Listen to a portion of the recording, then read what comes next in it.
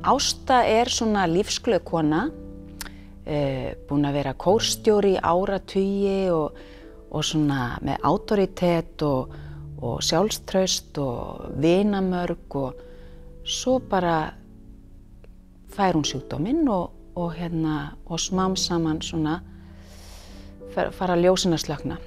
Hvenær hættum við að sjá manneskjuna fyrir hennar anda og drauma og þrár og sjáum bara hylkið, gamalmennið, hrörnandi líkama. Hvenær tökum við ákvörðunarrétt af manneskju, kannski þvert á hana vilja.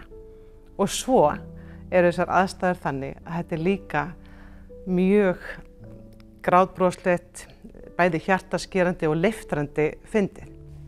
Þetta baráttu mannsandans við að missa tökin og halda reisn.